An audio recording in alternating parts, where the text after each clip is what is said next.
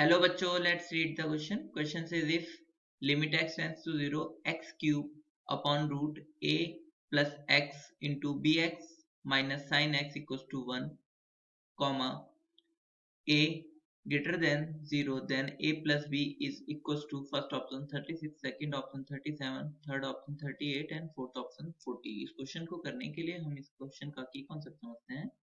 तो की कॉन्सेप्ट है लिमिट x टेंड्स टू 0 या a F x upon ji X के फॉर्म में अगर कोई फंक्शन गिवन है और वो फाइनाइट है एंड जो limit x tends to a F X 0 है या दोनों में से कोई सा भी एक 0 है और ये जो फाइनाइट है वो नंबर नॉन जीरो के इक्वल है, नॉन जीरो कांस्टेंट के इक्वल है, देन हम करते क्या है कि देन अगर ऊपर और नीचे दोनों में से कोई भी एक 0 है तो दूसरा वाला भी 0 होता है.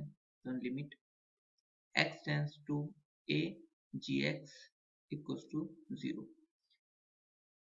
एंड हम एल हॉस्पिटल रूल को भी समझ लेते हैं. तो limit x tends to a F x upon ji x equal होता है limit x tends to a f dash x upon g dash x के if f x upon ji x limit x tends to a पर, मतलब F A upon जी ए जो हो वो क्या हो 0/0 के फॉर्म में हो, एफ ए अपॉन जी ए 0/0 के फॉर्म में हो. तो एफ डैश एक्स जहाँ पर डेरिवेटिव है एफ एक्स का विद रिस्पेक्ट टू एक्स, तो जी डैश एक्स जो है वो डेरिवेटिव है जी एक्स का with respect to x.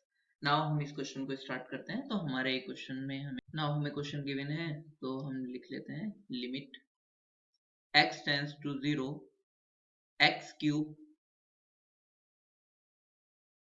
Cube upon root a plus X P X minus sine X, ये हमें गिवन है और ये 1 के इक्वल गिवन है एंड जहाँ पे a जो है ग्रेटर देन 0 है. हम इस टर्म में लिमिट लगा लेते हैं. क्यों? क्योंकि लिमिट जब x टेंड्स टू 0 होगा और a जो है वो बड़ा है तो इक्वल हो जाएगा किसके, लिमिट x टेंड्स टू 0 पर ये हो जाएगा a के इक्वल जो कि नॉन जीरो है. तो यहाँ पर ये इक्वल हो जाएगा limit x tends to 0 x cube upon root a into B X minus sine X equals to 1. अगर हम यहाँ पर x टेंड्स टू मतलब लिमिट लगाते हैं तो ऊपर भी 0 और नीचे भी 0 बन जाएगा, तो 0/0 की फॉर्म बन जाती है. तो यहाँ पे 0/0 की फॉर्म बनने की वजह से हम यहाँ पर क्या करते हैं कि एल हॉस्पिटल रूल लगाते हैं जिसमें लिमिट x टेंड्स टू 0 ये हो जाएगा 3x² अपॉन नीचे आ जाएगा रूट a तो कांस्टेंट है वैसे ही रहेगा, bx का b हो जाएगा और cos x का sin x का cos x हो जाएगा जो कि 1 के इक्वल है. अब ऊपर वाला 0 है तो नीचे वाला भी 0 हो रहा होगा क्योंकि इसकी जो लिमिट है वो फाइनाइट नंबर के इक्वल है. सो यहाँ से ये क्या इंप्लाइज करता है, root a limit x tends to 0 root a into B minus cos X equals to हो जाएगा 0, क्योंकि ऊपर 0 हो रहा है तो नीचे भी 0 हो रहा होगा, हमने की कॉन्सेप्ट में देखा. और हम यहाँ पर x के जगह पे 0 पुट कर लेते हैं तो क्या हो जाएगा root a b minus cos 0 equals to 0. अब रूट a तो कांस्टेंट नॉन जीरो है तो b माइनस कॉस 0 0 होगा. तो b माइनस कॉस 0 कितना है, कॉस 0 1 होता है 0, तो यहाँ से b की वैल्यू आ गई हमारी 1. नाउ अब हम इस इक्वेशन को वापस लिखते हैं.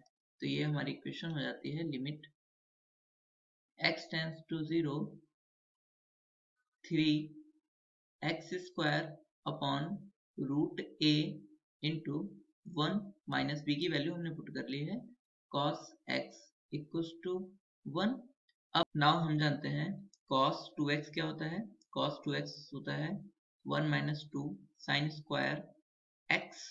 तो यहाँ से cos x जो हो जाता है वो इक्वल हो जाता है 1 माइनस 2 साइन स्क्वायर x/2 और यहाँ से जो cos 1 minus cos x equals to हो जाता है 2 साइन स्क्वायर x बाई 2।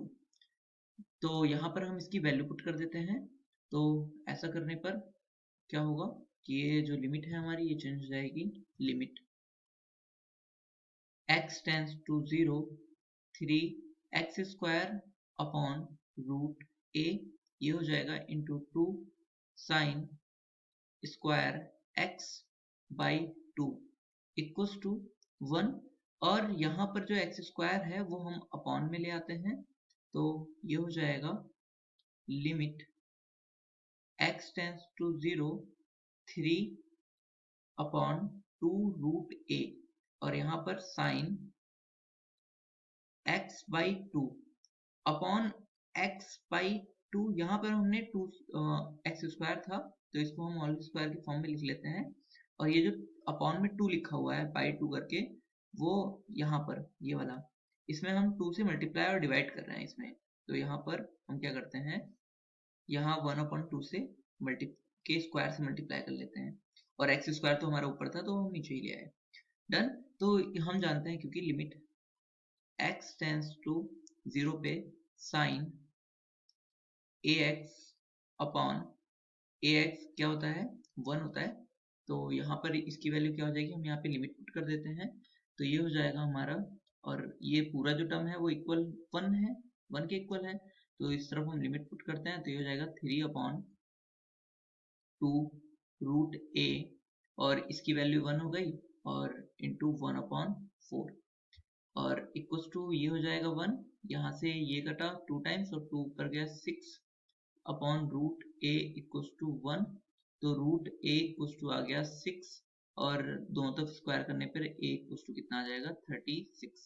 तो हमारा a इक्वल्स टू कितना आ गया 36, एंड b इक्वल्स टू आ गया 1। हमें a प्लस b की वैल्यू पूछ रहा था, तो a plus b equals to 36 plus 1 equals to 37 हो जाएगा। तो हम चेक कर लेते हैं हमारा कौन सा ऑप्शन ट्रू है। तो हमारा option number B 37 is the correct answer. Hope you understood it well. Best of luck. Thank you.